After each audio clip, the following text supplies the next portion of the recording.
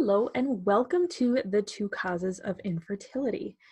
I want to take a moment and just say thank you for joining me today and for taking that first step that is going to lead you towards understanding what's going on in your body and why you either can't get pregnant or why you can't carry to term, because it seems like all women who come to me have one problem or the other. Either they can't conceive or they can't carry to term, which both are horrible, horrible experiences. And I'm sorry that you're in the situation that you're in. My heart just breaks for you. I have been exactly where you're at multiple times and for multiple years. And it's not a fun experience in any way, shape, or form. So let's dig into this content and get to some of the answers that you're looking for. So by quick way of introduction, my name is Nicole Jardim, and I am a fertility advocate. In the spring of 2018, after 6 years of infertility, 3 miscarriages, and 0 doctors being able to tell me what was wrong with my body, I was tired of not being listened to, and I was exhausted from trying to get pregnant. I'm sure you can all relate to that experience. I knew we needed serious help, and I couldn't find that from anyone, no matter who I waved my credit card in front of. Seriously, it was a problem. I decided to become an advocate for my own body and figure out what was wrong on my own. So I got my certification as a health coach, and I took a hormones apprenticeship with Nicole Jardim, the quote period girl. I learned more in 5 months with her than I'd learned in 6 years of seeing doctors. And then I kept learning. I goggled up books. I studied everything I needed to know to apply the knowledge that I had just learned to the very specific topic of infertility. Within months, we had conceived our own baby. And while that pregnant did end in a miscarriage, I knew that beyond a shadow of a doubt, I was on the right path. Then my first client got pregnant after 3 years of infertility, then another and another, and I knew that I finally had the answers that I had been looking for.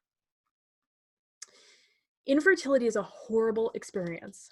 There is nothing that will ever heal that kind of pain. Time can dull it, but it just turns to a low ache. It feels like betrayal. It feels like you failed. It feels like an evil tragedy that you cannot stop, and it's your own body doing it. Life takes on an empty feel, and the years spread out, and you long to hold the little one who never came. You find yourself listening for little footsteps that never come. That was a quote by me in a piece of writing that I had written when I was describing a miscarriage situation for someone else. And it is truly horrific to go through both infertility and miscarriages. It does, after a while, feel like your arms are empty and you're missing the one thing that is supposed to be here, and it's a totally different experience than, say I can't buy a car that I want because the cars don't give you companionship. Cars don't love you back or accept your love. There's things about material objects that we cannot receive the way we would receive a person in our life. And so dealing with infertility and dealing with miscarriages, it's a lot more emotional and a lot more traumatic than just, oh, I can't have my own way or I can't achieve a goal, because there's a hollowness inside of you that cannot be fulfilled. The questions from friends and family plague you after a while.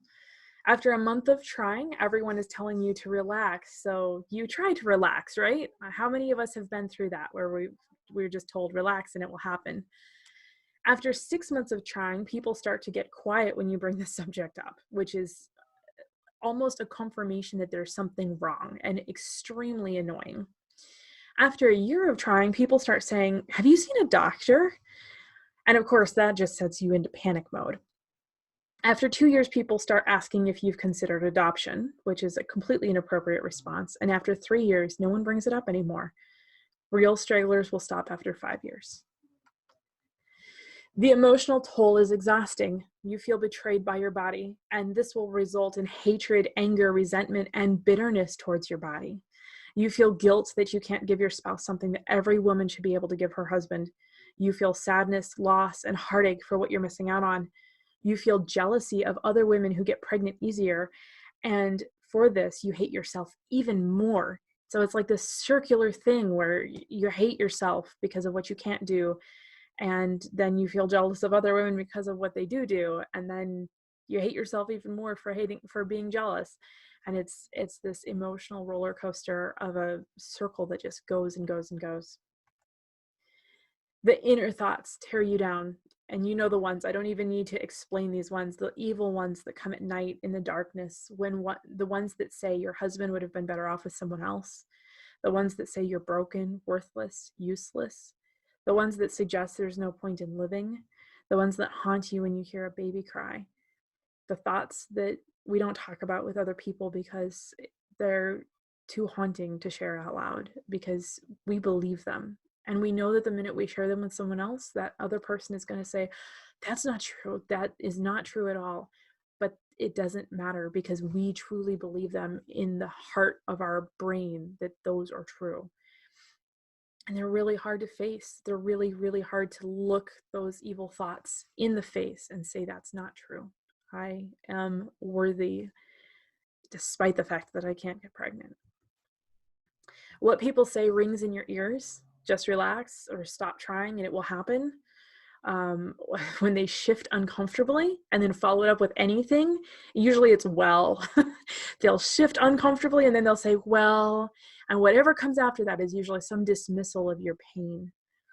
It will happen when it happens, or it will happen in God's timing. I always want to say no, duh, because of course it will happen when it happens, if it happens. Like, the laundry will happen when it happens too. It's a stupid, stupid phrase. Trying is the fun part. That one usually comes from men.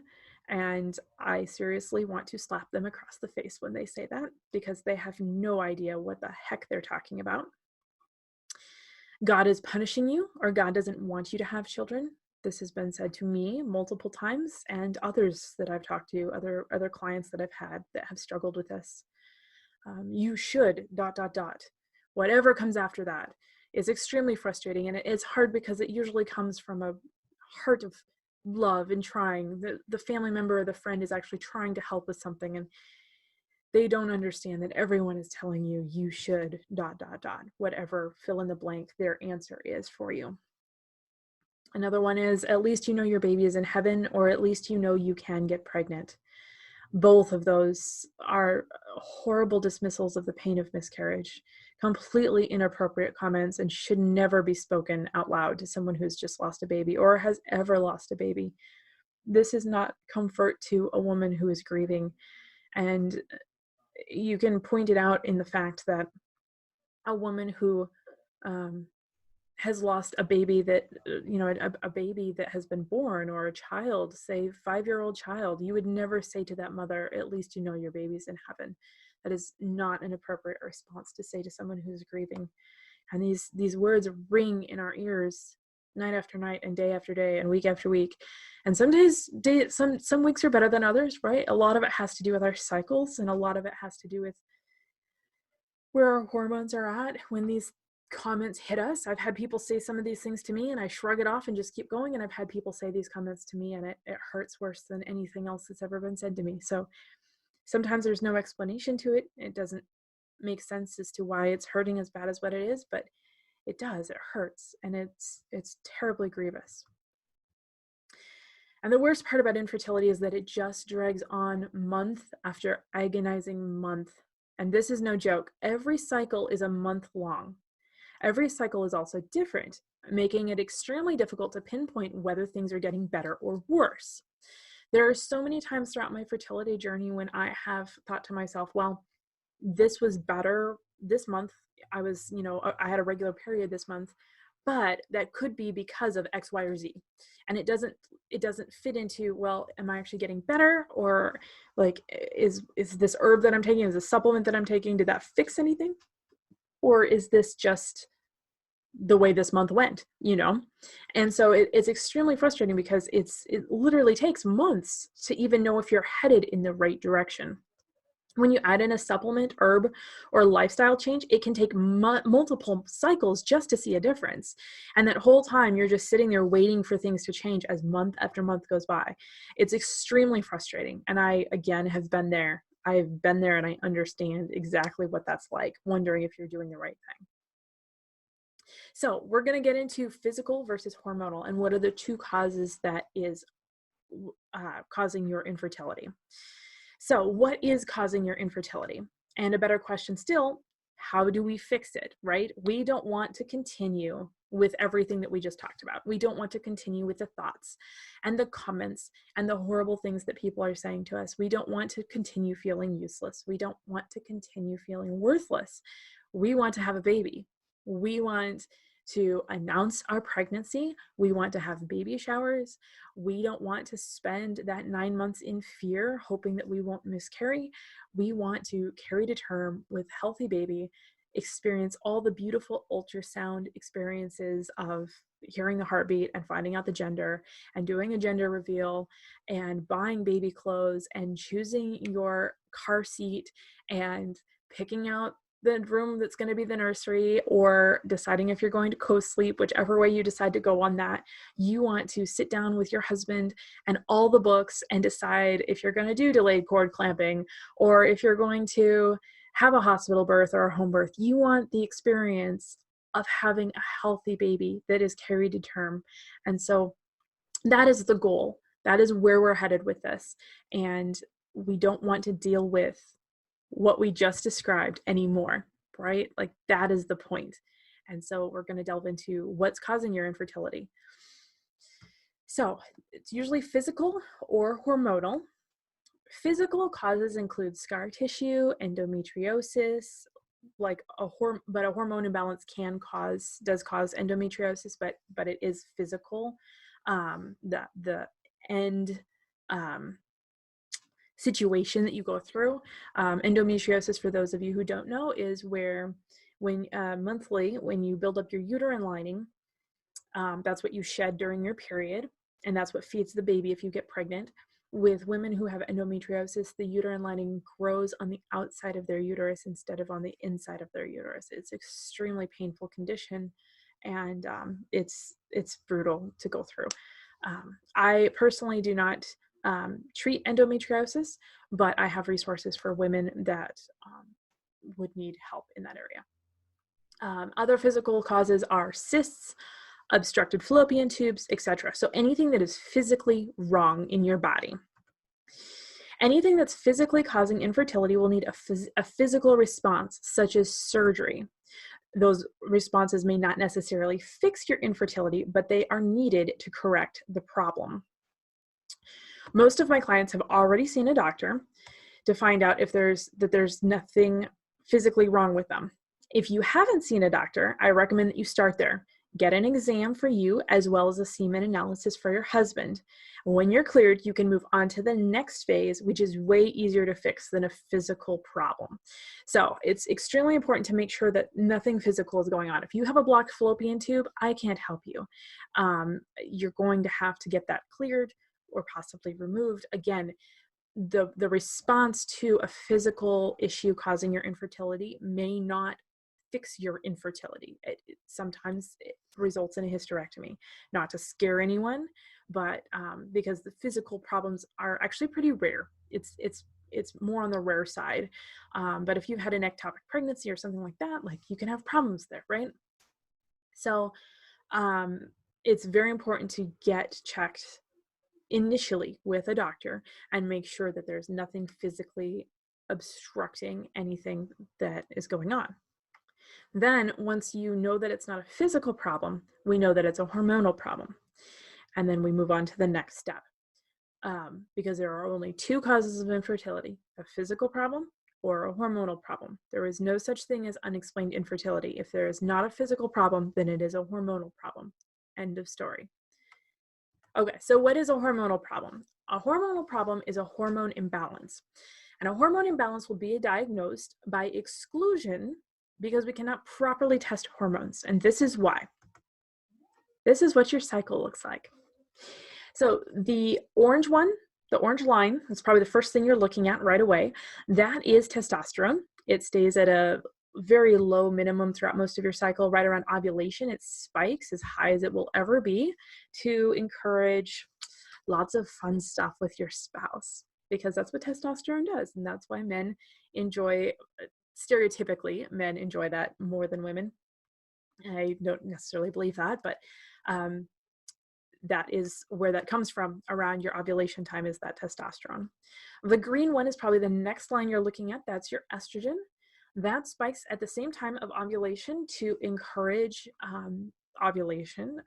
Encourages the egg to finish maturing immediately and then gets, for lack of a better term, spit out of your ovary and into the fallopian tube, where it will sit and wait for sperm. You'll see that later on in your cycle, after it drops, it will start to peak a little bit. It only peaks because you may have gotten pregnant. And both progesterone and estrogen end up skyrocketing if you get pregnant, to feed the baby, nourish the baby, grow the baby. And so it only peaks, the only reason that it peaks during that time is in case you got pregnant. And I think that that is just beautiful. There's no physical need for that estrogen during that time, except for the fact that you may have gotten pregnant. The next one that you're going to look at is the purple line. That is your progesterone. And that peaks right after ovulation to, first of all, in case you got pregnant, also nourish the baby, feed the baby, all of the things there. It also peaks so that it can drop, which will trigger your period, which comes right at the end there of week 4. Then at the bottom, you have the blue line, which is luteinizing hormone, and then the red one is follicle stimulating hormone, both of which are involved in growing the egg, making the egg turn from a follicle into a mature egg. So that way when ovulation comes, it spikes. And you can see that both of those spike around the time of ovulation. So we have 6 hormones that fluctuate over 28 to 35 days. When you go into a doctor and get tested for your hormones and they draw blood, the problem with doing that is that you're only taking a snapshot of 1 day out of your cycle. And so even if they ask you what day are you on, let's say you're on cycle day 12, okay? Which sometimes they don't ask you that. Sometimes that doesn't come up in the conversation. But if they do, you're really only getting a snapshot of day 12. And because you're only getting a snapshot of day 12, you don't know, like, even if they come back and they say your hormones are just fine, you're totally in normal range of everything, you don't know if you're in normal range on day 13 or 14 or 15 or 16 or 17 or 18 or any of the rest of the days of your cycle. You don't know what your hormones look like because you only got a snapshot of what that looks like, and your hormones fluctuate every single day. So again, if you do a snapshot on day 12, ovulation is supposed to happen around day 14-ish. It can happen anywhere from day 11 to day 17 in a perfectly healthy cycle. But let's say it happens around day 14 and you took the snapshot of your hormones at day 12 and everything's fine. Well, do you know, did the testosterone actually spike on day 14? Did your estrogen spike on day 14? Did your LH or your FSH, did those spike on your ovulation day? You don't know because you didn't take that snapshot. And even if you took a snapshot on day 14, what if you ovulate on day 15? Or what if you ovulate on day 11? So you see the problem here. We cannot pinpoint that where your hormones are at simply by taking one snapshot of a day and saying this is what your hormones are supposed to look like, and you're just fine. So again, if you have no physical problems, but you still are not getting pregnant, it is a hormonal issue. There's no other way. And we can only diagnose that by exclusion. We cannot diagnose that by testing. So a lot of women end up with unexplained infertility because they tested fine with their hormones and yet they still have a hormone imbalance. So it's super important. GUCH testing is a dried urine test for comprehensive hormones. This company tests your urine multiple times a day throughout your cycle, so that way you can see what your entire cycle looks like. It is expensive and you normally have to find a provider. However, I am a vendor with this company. So if there's something that you're interested in, reach out to me and we can talk about your options. I receive no compensation from the GUCH test. I recommended them before I ever became a vendor with them. It was only recently that I found out I was eligible to be a vendor with them. And so it's not like it's something that I'm receiving compensation for or anything like that. They are the best company as far as testing your hormones and being completely thorough with it. And if you do coaching with me, I actually cover the price of this test in order to figure out where you're at, and that's a $600 value. So anytime that you coach with me in my 6-month one-on-one coaching program, it's something that I just provide because it is such a good test and it is so important to know where you're at that it's worth it to me to be able to help you correctly and appropriately to just do the test. And this is the only kind of hormone testing I recommend. Literally, if any woman comes to me and says, well, my progesterone is low, then I think, well, your progesterone is really low then, because if it ended up on a test, if it ended up actually being picked up by the way that we test in Western medicine, then you definitely have a problem. So a lot of women will come to me and say, yeah, I have a hormone imbalance of this, and it doesn't alert me to everything that's going on, but I know at that point that you have a big problem if you've actually been diagnosed with it. So this is the only kind of testing that I would recommend. Okay, so what hormone imbalance phrases look like? This is what you're going to hear from your doctor. It's going to be unexplained infertility. Everything looks great physically. You're probably just not ovulating. Well, there's a reason you're not ovulating, and it's because of your hormones. Everything will be very vague, and it's going to end with, this is the next step. Okay, so throughout the appointment, you'll find that you're not really getting solid answers. And I think that is what led me down this journey more than anything. Was I would sit across from a doctor and I'd say, okay, but I'm getting this symptom, my body is doing this and I don't understand why. And they would say, well, you're probably just ovulating. And it was never something like, well, you're ovulating and that's why ... It's you're probably, or maybe this is what's going on. They never really had any solid answers for me. They never were able to say, this is why you're experiencing this. And everything was extremely vague. And then at the end of the appointment, they would say, so this is the next step and this is what we're going to do next. And I was sitting there going, but you didn't even answer any of my questions. How are we moving on to the next step if we don't really know what's going on now, right? So if you've ever been in this situation and you're extremely frustrated, this is a hormone imbalance. This is what they're telling you is you have a hormone imbalance. I can't test for a hormone imbalance because our tests have no clue. And I can't test you every single day and send it to the labs and bill your insurance company, because your insurance company would never pay for something like that. And so we're just kind of stuck. The doctors are very stuck with their hands tied behind their back because they don't have the resources that would enable them to actually treat a hormone imbalance or actually diagnose a hormone imbalance. And so they're stuck with the tests that they have, and those tests don't look at this. And so everything, again, is very vague because they're frustrated as well. They don't have the answers that they want to be able to share with you. And so they just kind of gloss over things, and you are sitting there very frustrated. And then they say, this is the next step. And then you move on to whatever that next step is. So the phrase, this is the next step. There is no asking if you want to do the next step. And this is really important to note. It is simply presented to you as if you're going to do it. You want a baby, don't you? If you want a baby, then you'll do the next step. It gets so bad that even friends and family will respond with, well, what did the doctor say? And if you choose not to do that step, then you obviously don't want a baby. This happened to me repeatedly. I would talk to people and I process things out loud. So a lot of times people don't understand, especially at church or family get-togethers, they'll ask me about my infertility. And because I was in such a place during a lot of these years where I didn't have a very good support group, I would begin just spilling information because I would process things out loud and I needed to talk about it. And I didn't realize that that's what was going on at the time.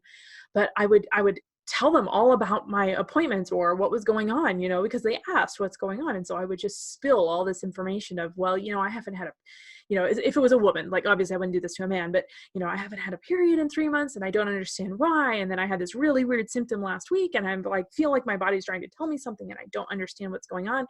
And they would just be standing there in shock, looking at me like, oh, you actually answered my question. And then they would say, well, what did the doctor say? And I would say, the doctor said I should do X, Y, or Z, Clomid, Samara, IVF, whatever the doctor had suggested. And then they would act like, well, if you're not doing that, then you clearly don't want to get pregnant. Clearly, if you're not going to follow the doctor's orders and do these things, then you don't want a baby that bad. And so why are you complaining about it, right? You need to go do that thing. So that's what is inferred in the phrase, this is the next step, whatever that next step is going to be. This phrase is where your power is stripped away. There is no room for questions, for research, for thinking. You were simply told no on whatever the last step was, and now you're moving on in the process because there is no time for dilly-dallying during fertility treatments, right? So let's say you did Clomid and Clomid didn't work. So basically, the answer to Clomid is no. And now they're saying, well, you should do IUI because that's the next step.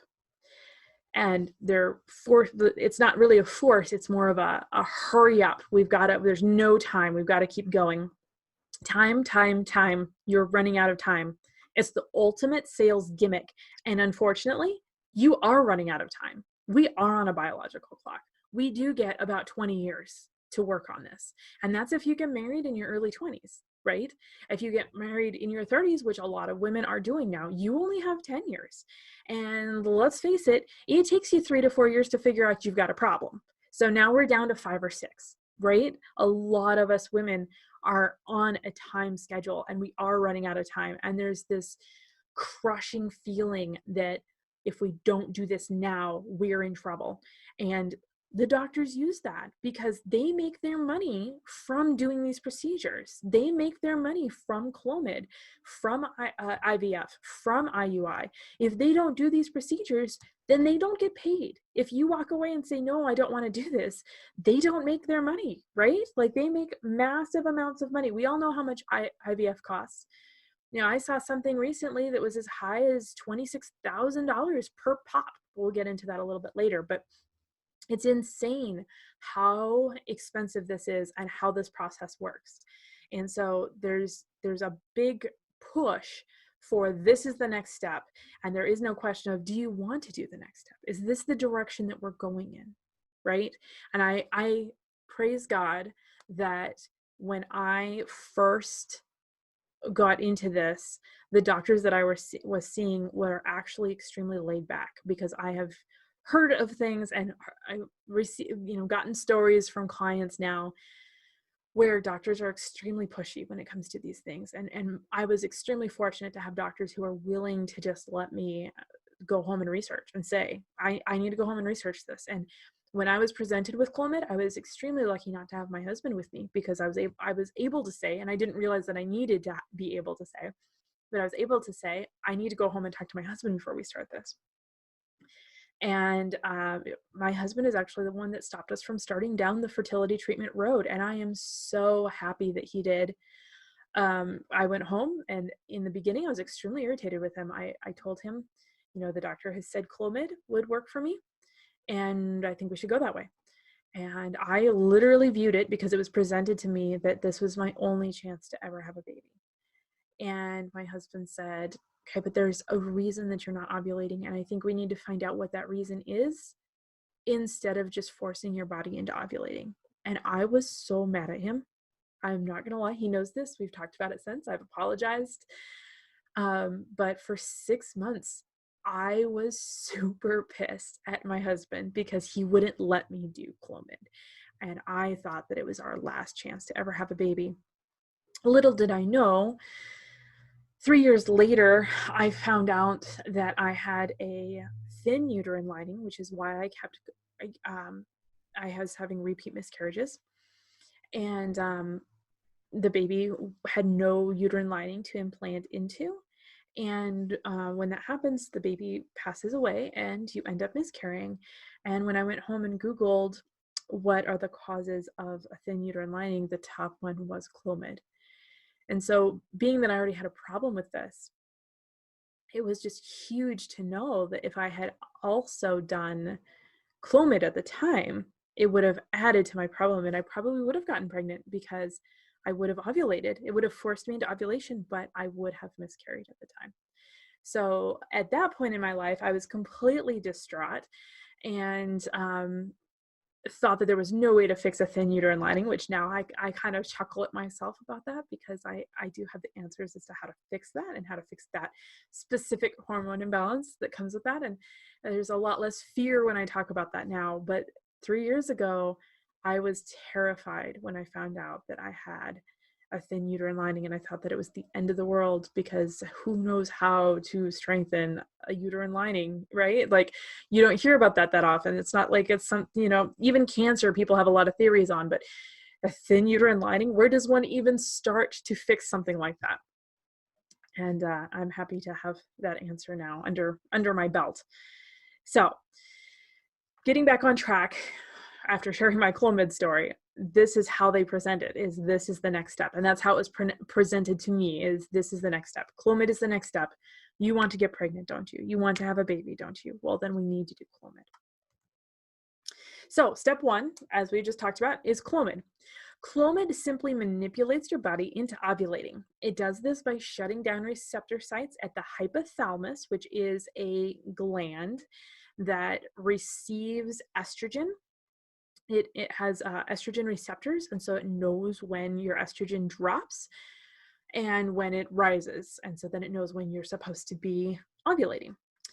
So it shuts down those receptor sites at the hypothalamus, so that way the gland thinks that you've dropped in estrogen, when what you really need to do is actually reduce your estrogen, like you actually have an estrogen hormone imbalance. What this does is it forces you to ovulate despite those high levels of estrogen in your body. If you conceive during using Clomid and this method, this will lead to secondary fertility issues for you and a hormone imbalance for the baby, because you have high estrogen in your body at the time, and your baby will grow in that environment and also have high estrogen. You can see how this would be a huge problem for baby boys, but also for baby girls, because baby girls are going to end up with your same exact hormone imbalance, and we don't want that, right? We do not want to share our hormone imbalance with our children. Like, we want babies, yes, but the last thing we want is to make babies that are going to have the same exact problems that we have in 20 years. Like, that would break my heart to know that my child has to go through the pain and suffering that I've gone through in this area. And that is just, no, we can't do that. And so using Clomid as a way to get pregnant is going to cause a lot of problems and a lot of future heartache for us and our children. Clomid also only has a 29% success rate. All right, Femara is the next one. If you don't do Clomid, you usually do Femara. Femara is a drug that is used for treating breast cancer. Again, it stifles estrogen production to help kill that cancer. When the manufacturer of this drug, Novartis, found out that it was being used as a fertility drug and that it causes birth defects, they asked doctors to stop using it for fertility treatments. When the doctors refused to stop, Novartis put a warning on the label saying that Femara has not been approved by the FDA to be used in fertility treatments. Novartis has also warned that Femara can cause damage to the woman taking it, and that this drug should only be used for breast cancer treatments. Again, it's the only thing that this drug has been approved for by the FDA. This prompted a clinic in Canada to do a study on the drug. The findings were that Clomid causes more birth defects than Femara. And so doctors have responded by saying, if it's not as bad as a drug that was actually designed for fertility treatments, then what's the big deal?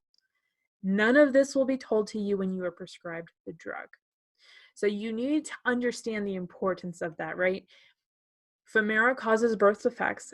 The company, we talk about big pharma in a lot of my circles, right? We talk about how pharmaceutical companies are just in it for the money. But so when you have an actual pharmaceutical company who is saying, no, wait, do not use our drug because this is actually bad and we will get sued, and we don't want to get sued because this is not what this drug was made for. Please don't use this. And then the doctors come back and say, well, Clomid is actually way worse, so we'd prefer to use this drug that is actually really, really horrible for our patients. That is not okay. And again, you will not be told this. They're just going to prescribe Femara to you, right? That is not okay. There's nothing okay with that. And I personally believe that there should be some other sort of check and balance in our medical system, so that way we know that doctors are prescribing the appropriate drugs to people, because this is not okay. It's not okay that a drug that was not approved for something gets used for something else. Like, I already have problems with medications when they're being used in the correct context. There's so many side effects and so many problems. And so to use something that isn't even made for the right thing, it's a problem. It's a big problem. Also, Samara has a 27.5% success rate. Step 2 is IUI. This is where we begin injecting ourselves with hormones that have been taken from the urine of postmenopausal women or pregnant horses, or a hormone that is completely artificial. You'll be prescribed a series of pills or shots that will force your hormone graph to look like the graph that I showed earlier. Your doctor will monitor your ovaries to make sure that the eggs are maturing at the correct speed, and when they're ready, you'll get a trigger shot, or what we call a trigger shot. The trigger shot will then force your body to ovulate. At the same time, your husband will give a sperm sample, which will then be injected into your womb, and everyone crosses their fingers and hopes that it works. Statistics for this working are 13% for anyone under 30, 10% if you're 31 to 35, 9% if you're 36 to 38, 7% if you're 39 to 40, and 3% for anyone over 40. So the best statistic that you can get is 13% from IUI, and IUI costs $5,000 per cycle. It's very important to note that these hormones that you're injecting yourself with are artificial. They are not really able to be processed by your body. And when you do this, it's something that can be fixed from home. If we correct the hormone imbalance at home, your hormones will begin to look like the graph that I showed earlier without having to inject yourself with those same shots. That's super important to know. Step 3 is IVF. This process begins the same as IUI, except this time the doctor will surgically remove the eggs from your fallopian tubes out of your ovaries, put them in a dish, and pour your husband's sample over the eggs. Several babies, also known as embryos, will be created in that moment, but not all of them will live. So you wait 3 days, and if there are any babies that are still alive, the doctor will transfer one of them back into your cervix and will freeze the rest. If the baby implants into your uterine lining, then you will be put on hormones, usually progesterone, to sustain the baby's life. If the baby dies and you miscarry, then on your next cycle, for a $5,000 transfer fee, you can transfer one of the babies that you have frozen, if you have any frozen. If you don't have any frozen, then you can begin the process all over again, all at the low cost of $15,000 to $20,000, plus hormonal mood swings that will push your marriage to the absolute limit. Doesn't that sound fantastic? IVF statistics are 43% for women 35 and under, 36% for women 36 to 37, 27% for women 38 to 40, and 18% for women over 40. So the best statistic that you get with IVF is 43%. That is also the best statistic of any fertility treatment that we've gone through or will go through. 43% is the best statistic that there is, and that is only if you're 35 and under. And it's sad to say, but there's not a lot of women who are under 35 who are doing IVF, because it is such a grueling process and it is such an expensive process that most women only turn to this as a last measure of desperation. I have to do this. And so they're willing to go into debt. They're willing to take out a loan. They're willing to go through the hormonal mood swings and all of the horrible injections and everything that they've done to get to this point. And this is the live birth rate for every IVF cycle started. Okay, so that has nothing to do with, it's a true statistic, because you're not dealing with, well, this many women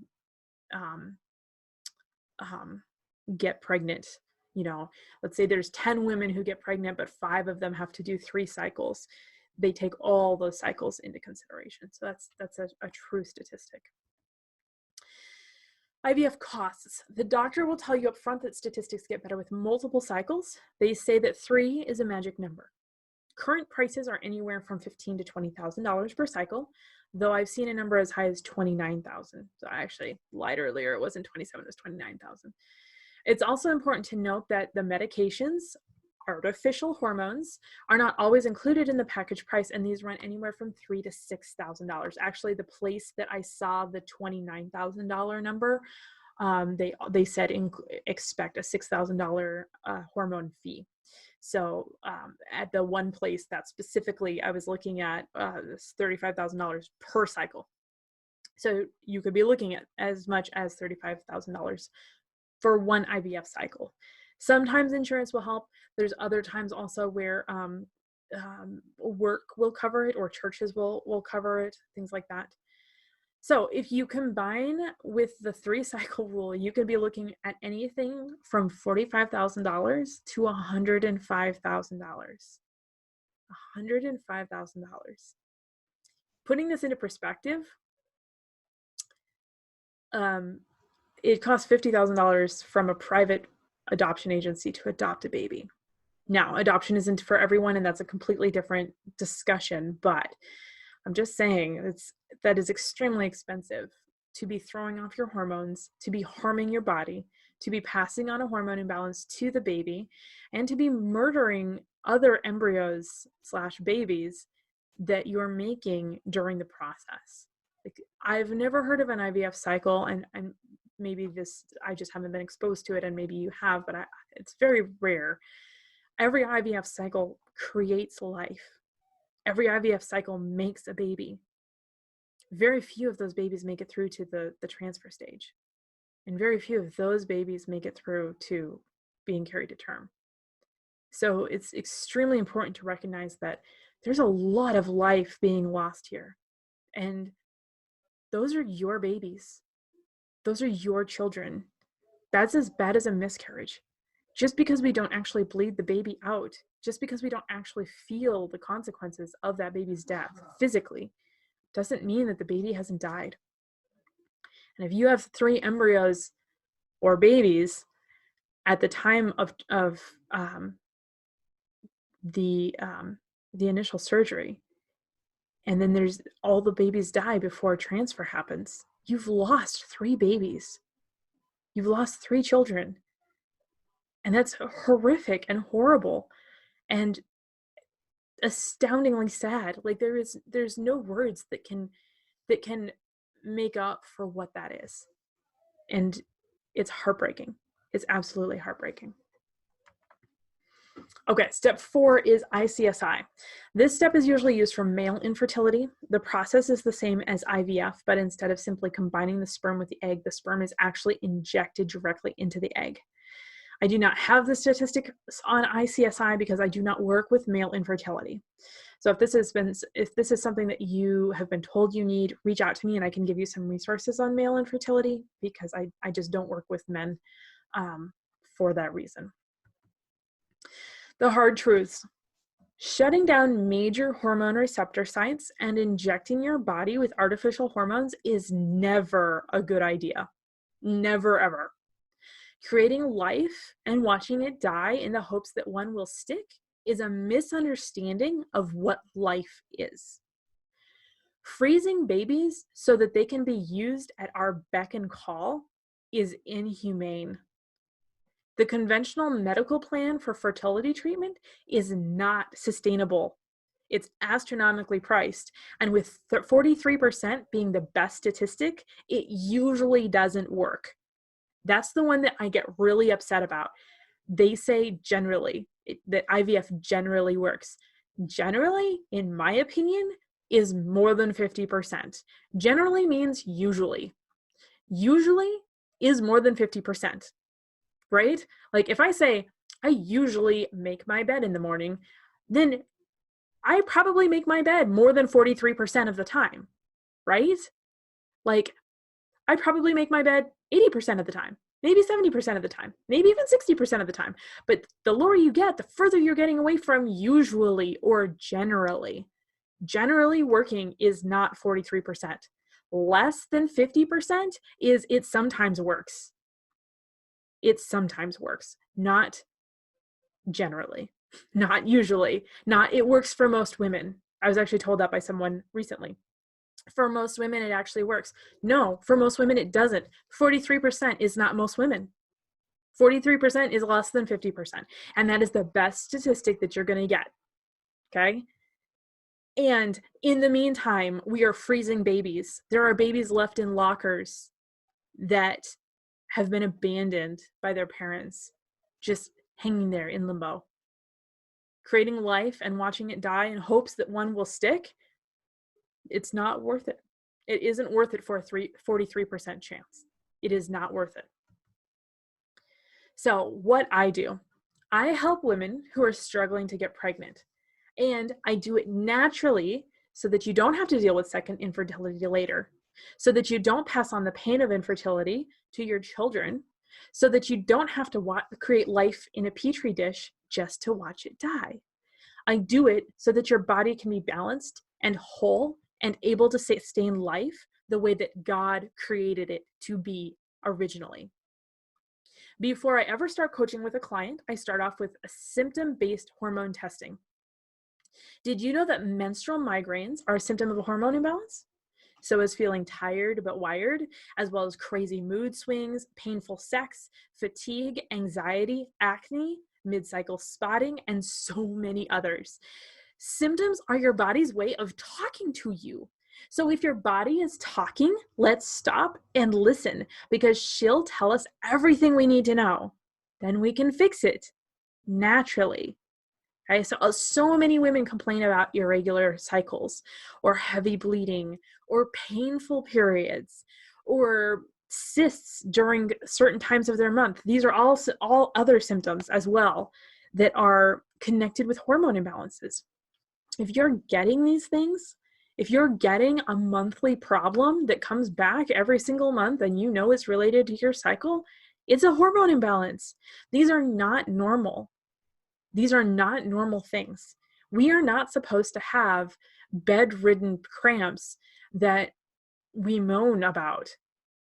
Okay, when I was in my teens, my periods were so horrific that I would take ibuprofen and go to bed and literally roll in bed and moan holding my belly because I was in so much pain until I passed out from the pain and would wake up 3 hours later finally feeling okay.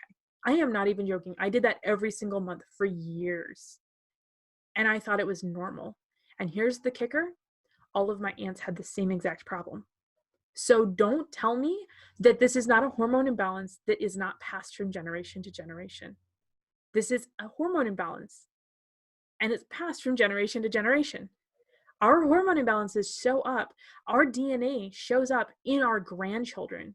Because when you have a baby, all of their reproductive organs are formed in your womb. All of the eggs that are in my ovaries were formed while I was still, they were follicles at the time. Like, don't get me wrong, they're not mature eggs, but they're follicles. All the follicles that will become eggs throughout my life were formed while I was in my mother's womb, which means my mother's health at the time of pregnancy with me impacted me, my reproductive health, and my children.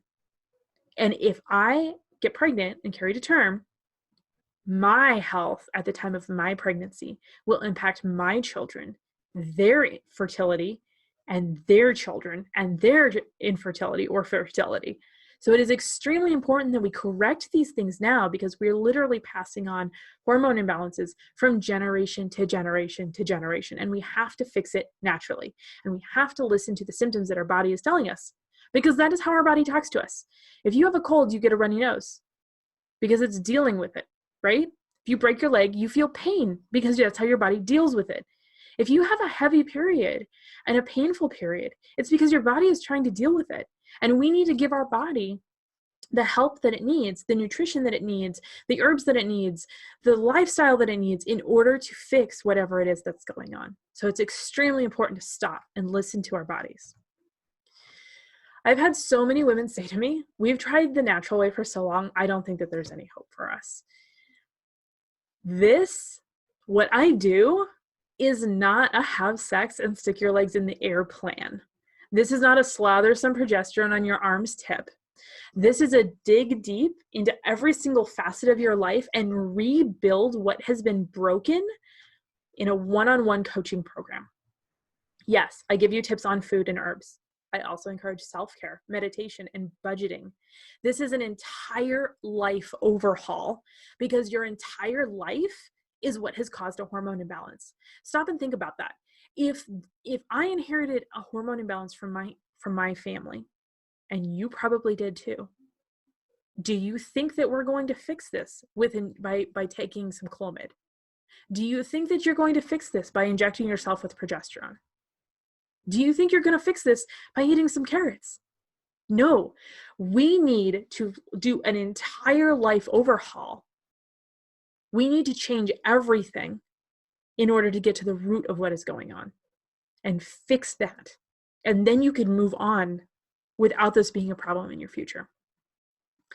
We're not going to fix it by eating some kale, and we're definitely not going to fix it by injecting you with the opposite sex hormone. So if you're low in progesterone, injecting you with progesterone. We're going to fix it by finding the source of your problems and turning off the faucet and then getting the biggest towel we can find and cleaning up the mess, right? We have to clean up the mess, but we first have to turn off the faucet. And what these fertility treatments are doing is they're grabbing a hand towel and they're mopping it some water. We need to fix the faucet first, and then we can clean up the mess. Once we know what you're dealing with, I teach you how to listen to your body, how to interpret your findings, and how to give your body what she needs to heal. This teaches you how to advocate for yourself.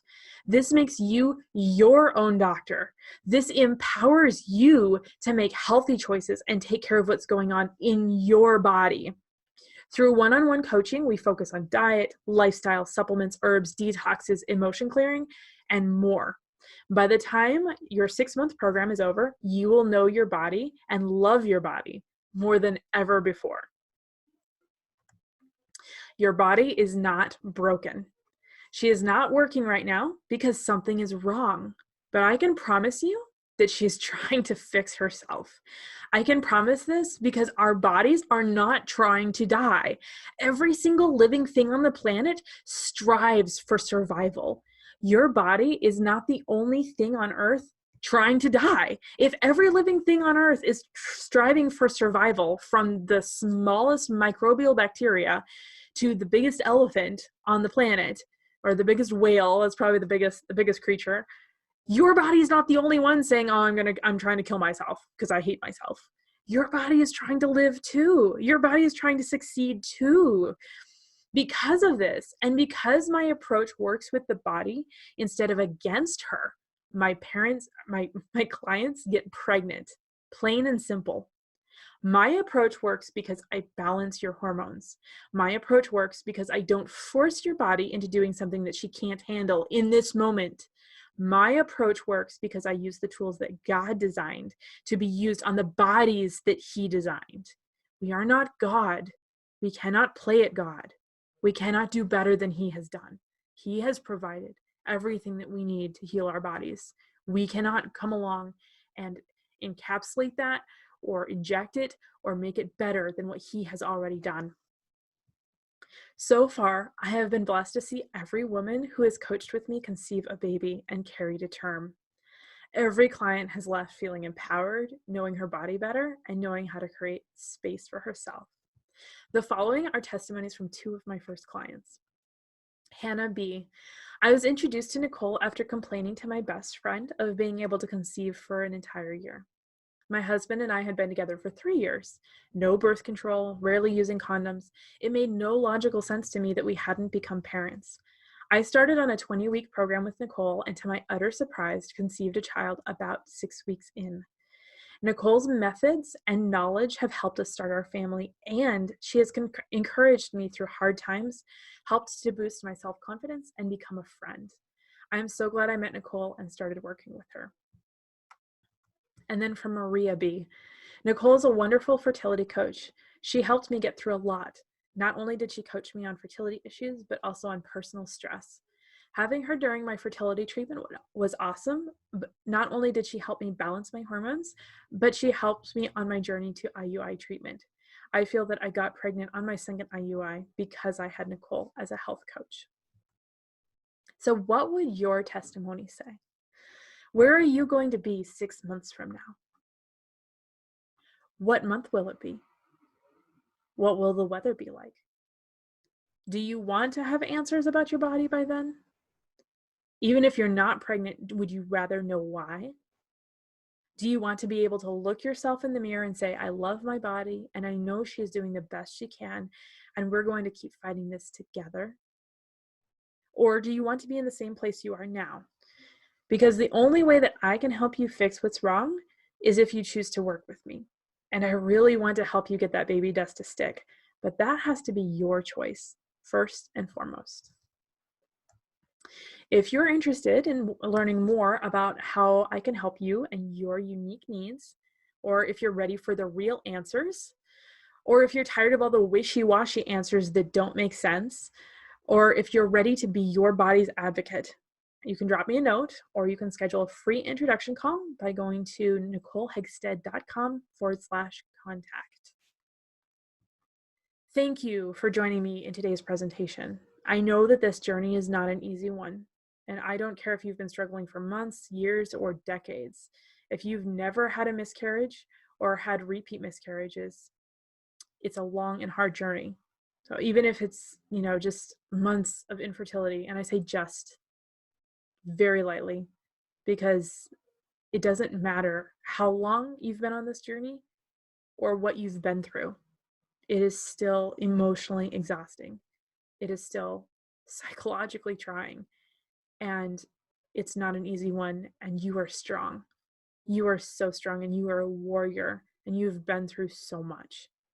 And that's how I know you can fix your hormones. That's how I know you can become the advocate for your own body, because you're already a mighty warrior. However, there is hope for you, and it doesn't have to come with the high cost that conventional fertility treatments come with. So I hope to talk to you soon so that we can get you on the path to balanced hormones. All right.